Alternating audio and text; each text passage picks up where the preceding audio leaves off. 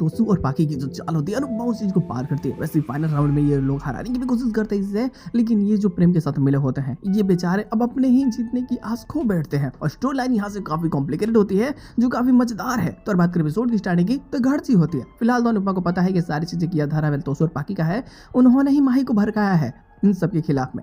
हालांकि जब ये माही को भी कन्फ्रंट करती है, माही को भी समझाने की कोशिश करती है कि मैंने कभी तुम में और अपने बच्चों में फर्क नहीं किया है, तुम भी मेरी बेटी हो, अपनी बेटी, और ये सारी चीज मैं तुम्हारे लिए कर रहा हूं। लेकिन फिर भी इसे समझ में नहीं आता। इसे लगता है कि अगर ये जीत भी जाते हैं तो सारे पैसे अपने पास रख लेंगे, मुझे कुछ भी नहीं मिलेगा।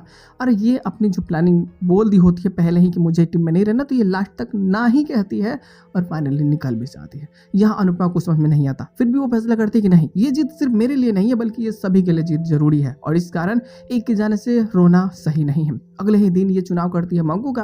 वैसे भी जो तोसू भाई को लगता है कि शायद वो लोग का चुनाव होगा, शायद ये लोग टीम में आ जाएंगे तो पैसे इनको मिलेंगे, बट यहाँ तो इनके सपने पे खड़े खड़े पानी डाल देती है अनुपमा। वेल इनको बेचारों को तो ऐसे डांटती है, ऐसे समझाती है, ऐसे धोती है कि बेचारे समझ जाते हैं कि माँ से कभी पंगा नहीं ले सकते।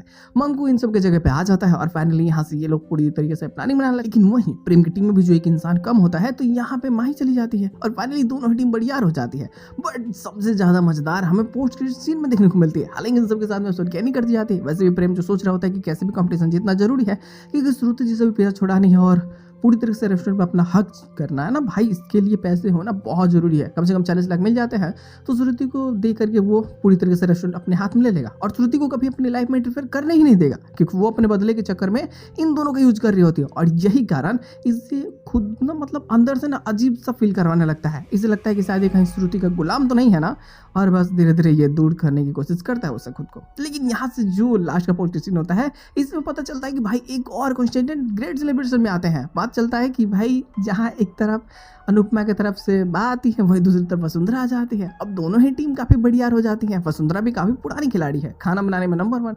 जब माही राही सबसे किसी से नहीं बन रहा था घर में तभी वो खाना बना रही थी। और यहाँ बात तो बहुत पुराने अपने जमाने की है, तो दोनों ही बेचारे लगता है जैसे कंपटीशन टक्कर हो जाती है, जीतेगा कौन और मुश्किलें। लेकिन श्रुति की जो पूरी प्लानिंग होती है कि वो माही के ही ऊपर डिग्रा फोड़ने वाली है, मतलब प्रेम का हार का, क्योंकि उसे प्रेम को हराना बहुत जरूरी है। अगर वो जीतेगा तो फिर ये अपने बेटी से दूर हो जाएगी और ये अपने बेटी के करीब रहने के लिए कुछ भी कर सकती है। और बस बलि का बकरा बनता है प्रेम। देखना मजेदार होगा कि इतनी सारी कोशिशों के बाद में स्टोरी लाइन कैसे डाइवर्ट होती है, क्या नए प्लॉट देखने को मिलते हैं और आगे हमें क्या नए कैरेक्टर्स की एंट्री जो होने वाली है वो कैसे स्टोरी लाइन को चेंज करती है। बट गुरु जो चीज़ें होगी बेहतरीन होगी और मजेदार भी तो बवाल होगा। देखते हैं आने वाले प्लॉट्स में और क्या चीज़ें हो सकती है।